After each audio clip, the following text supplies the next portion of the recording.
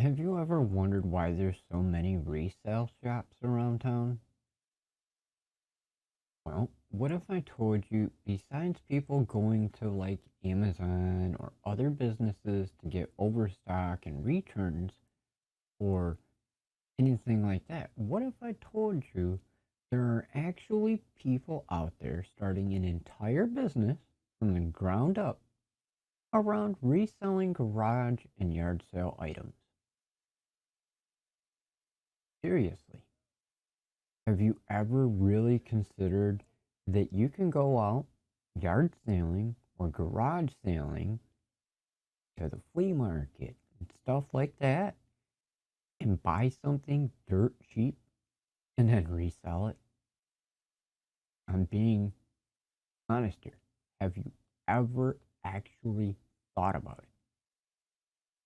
Because I can tell you right now, if you haven't, you're missing out on an opportunity that everybody, and I mean everybody, can do. Whether you're sighted or not, whether you're disabled or not, everybody, no matter age, can resell garage and yard sale items and make a living. Now, you're probably going, wait a minute, that's not even possible. Because if it's in a yard sale, it's dirt cheap. How am I going to make money back off of a yard sale item? Aha! This is where most people go, it's not a legit business. You can't make money. I call bull. And why do I call bull? Because even today, not 20 minutes ago, I seen a post on an item that a friend bought for $25 that she got from a garage sale. And that item could have sold for $100 minimum at that garage sale. Why? Because it was a 55-inch HD 4K capable TV. Now, consider this. A 55-inch 4K HD TV for $25 at a yard sale. Okay? How much do you think that TV cost brand new from the store? I bet you probably said about $300-400, right? True. However, why would somebody who spent $300-400 on a TV brand new sell it for $25 at a yard sale? Maybe it's a year old, maybe it's 2 years old, or maybe they didn't care if they got the money back because, well, they got it on a Black Friday deal or something like that. And in which case, that $300-400 TV might have only cost them $100, and they've had it for a couple years. And in which case, they upgraded to a 60 or a 70 or whatever size TV they went to. So they didn't care if they recouped the cost. Get rid of it, get it out of the house, get it out of space, right? $25, boom, sold, out of here, gone, going to somebody else. Okay. Now you in turn take that $25 TV, go back home, list it on eBay, list it on Craigslist, list it on Facebook Marketplace, wherever it is you want to list it at, and resell it. You could even go to the extent of starting a business and going through buying a nice amount of stuff at one time and then marketing it all. Or maybe you want to have a brick and mortar business to where instead of doing it from home, maybe you've got a pole barn out back of the house that you're using as your storefront. Maybe you're going to go to your local town and rent a space in a building for your store. Either way, build up a small inventory and then resell it at a profit. Now, of course, by doing this, you are technically responsible for taxes. So I highly recommend that you look into your state or local regulations and laws when it comes to tax responsibility.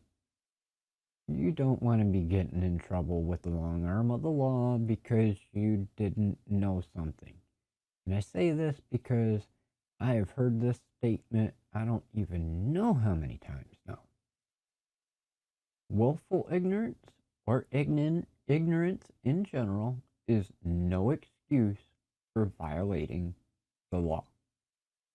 Just because you don't know it doesn't mean that it's going to give you a free pass. So make sure you cover your butt, know what you're responsible for when it comes to taxes and regulations in your area. You don't want to deal with unnecessary hassle. But to be able to actually sit in your yard and resell everything that you just bought is entirely possible too. You can go to flea markets. You can go to local extravaganzas, arts and crafts events. There is a variety of different local events that you can go to and resell those items. You can sell them online, Etsy, eBay, list them on Facebook, Instagram, wherever. There's plenty of them out there. And then we'll say, like that TV, for example, okay, cost $25 for you to buy it at the yard sale. Turn around, figure out what you have into it total, because now you also want to factor in a little bit of your time and whatever it's going to cost you for boxing materials, if you're going to be doing shipping or anything like that, right? Figure out that cost and then resell at a profit. That TV you got for $25, we'll say, okay, $25 for your TV.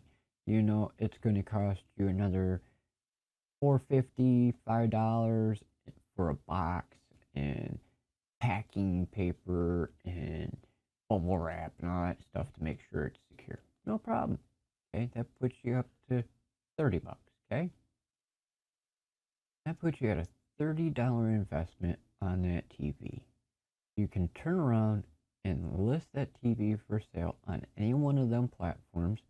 Get tacked a small little fee to a nominal fee, depending on the platform, which you want to add in on the cost. That way you're not losing out too much.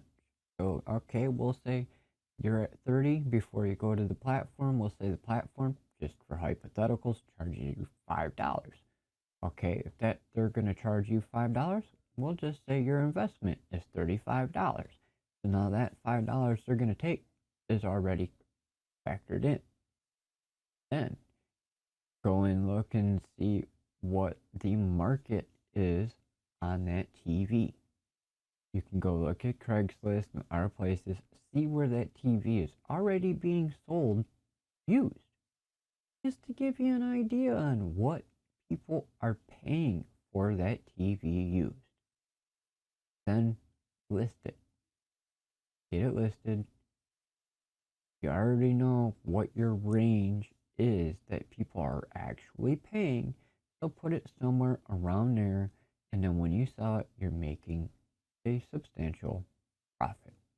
Now we'll say, okay, it's not a TV. We'll say it's dishes. Is it a full set? No. Okay, maybe it's missing a cup. Maybe it's missing a bowl. That's okay. You can still take that set. We'll say you buy it for $20 again. Then you have your boxing and shipping materials if you're going to ship it. If not, then you ain't got to worry about it. But then you can turn around, go, okay, I've got 4 plates, 3 bowls, 2 cups. No, it's not 100% complete, but that don't matter. Who says somebody doesn't already have those but wants a few more? Or who's to say that it's a small family and they don't need a full set? You could still sell them for double what you got them for. And even if you don't want to go for double, you can still sell them for a profit. Sell them for $5 over what you paid for them. Sell them for $10 over what you paid for them.